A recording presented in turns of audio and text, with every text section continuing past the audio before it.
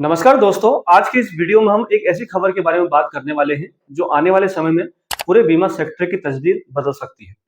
अगर आपके पास life insurance है, हेल्थ इंश्योरेंस है या किसी भी तरह का बीमा पॉलिसी आपके पास है, तो ये जानकारी आपके लिए जानना बहुत जरूरी है क्योंकि 1 अप्रैल 2026 से बीमा कंपनियों के नियमों में एक बड़ा बदलाव होने जा रहा है। लेकिन सबसे दिलचस्प बात यह है कि ये बदलाव सीधे ग्राहकों के लिए नहीं, बल्कि बीमा कंपनी के काम के तरीकों में होने वाला है। दरअसल भारत में बीमा सेक्टर को रेगुलेट करने वाली संस्था यानी कि insurance regulatory and development authority of India, जिसे हम IRDAI कहते हैं, अब बीमा कंपनियों के लिए एक नया अकाउंटिंग फ्रेमवर्क लागू करने की तैयारी कर रही है। इस फ्रेमवर्क का नाम है IND-AS 117। ये एक ऐसा अंतर्राष्ट्रीय स्तर का अकाउंटिंग नियम है जो खास तौर पर बीमा कंपनियों के लिए बनाया गया है। अब यहाँ सबसे पहला सवाल यही आता है कि आखिर अकाउंटिंग नियम बदलने का मतलब क्या है और इससे आम लोगों को क्या फर्क पड़ेगा। क्योंकि ज्यादातर लोग सोचते हैं कि अगर बीमा कंपनियों के नियम बदल रहे हैं तो शायद प्रीमियम बढ़ जाए, क्लेम के नियम बदल जाए या फिर पॉलिसी में कोई नया नियम लागू हो जाए। लेकिन असल में ऐसा नहीं है। IRDAI ने साफ कहा है कि इस बदलाव का असर सीधे पॉलिसी धारकों पर नहीं पड़ेगा।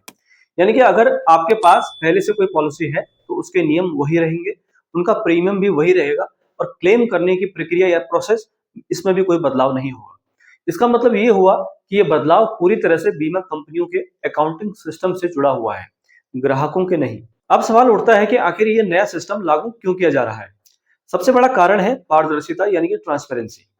अभी तक भारत में अलग अलग बीमा कंपनियां अपने मुनाफे यानी कि प्रॉफिट को अलग अलग तरीके से दिखाती थी। कई बार ऐसा होता था कि कंपनी पॉलिसी बेचते ही बड़ा मुनाफा दिखा देती थी, जबकि असल में उस पॉलिसी की जिम्मेदारी कंपनियों को कई साल तक निभानी होती है। इस समस्या को दूर करने के लिए IND-AS 117 लाया जा रहा है। इस नए नियम के अनुसार बीमा कंपनियां किसी पॉलिसी से मिलने वाले मुनाफे को एक साथ नहीं दिखा पाएंगी, बल्कि उन्हें उस मुनाफे को पूरी पॉलिसी की अवधि के दौरान धीरे धीरे दिखाना होगा। मान लीजिए आपने 20 साल की लाइफ इंश्योरेंस पॉलिसी खरीदी है।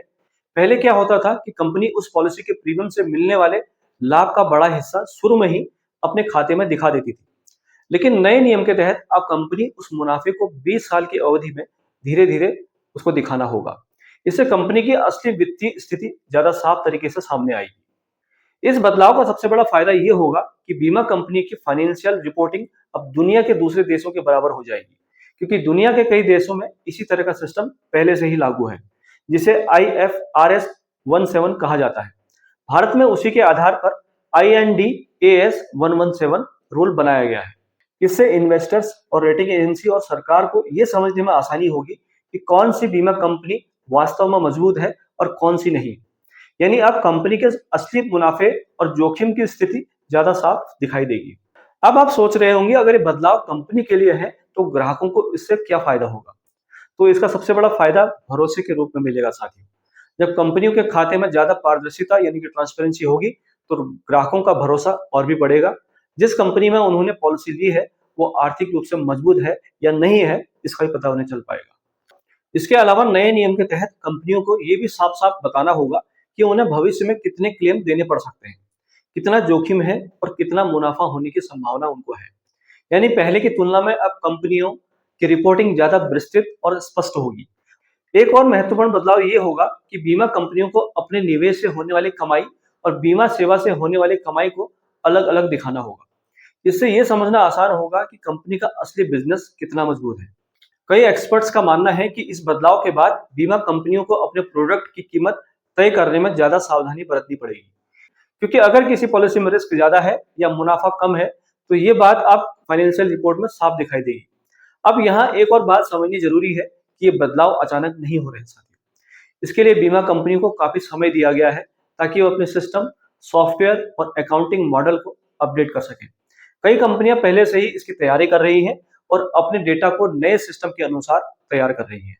इसके साथ साथ शुरुआती समय में कंपनियों को पुराने और नए दोनों सिस्टम के तहत रिपोर्टिंग करनी पड़ सकती है, ताकि तुलना करना आसान हो सके और बदलावों को धीरे धीरे लागू किया जा सके।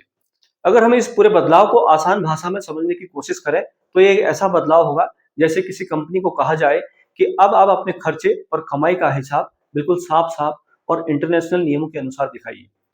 इससे किसी भी तरह की गलतफहमी या छिपी हुई जानकारी की संभावना कम हो जाती है। अब सबसे इंपॉर्टेंट सवाल ये है कि क्या इससे फ्यूचर में इंश्योरेंस प्रीमियम पर असर पड़ सकता है। अभी तक जो जानकारी सामने आई है उसके अनुसार इस बदलाव से सीधे तौर पर प्रीमियम या पॉलिसी के नियमों पर कोई असर नहीं पड़ेगा, लेकिन लंबे समय में ये संभावना है कि कंपनियां अपने प्रोडक्ट की कीमत तय करते समय ज्यादा सतर्क हो जाए, क्योंकि अगर किसी पॉलिसी में रिस्क ज्यादा है और प्रॉफिट कम है तो ये बात अब छिपी नहीं रह पाएगी। ऐसे में कंपनियां या तो उस प्रोडक्ट को बंद कर सकती हैं या उसकी कीमत में बदलाव कर सकती हैं, लेकिन ये सब भविष्य की संभावनाएं हैं साथियों। फिलहाल जो बदलाव हो रहा है वो सिर्फ अकाउंटिंग और फाइनेंशियल रिपोर्टिंग से जुड़ा हुआ है।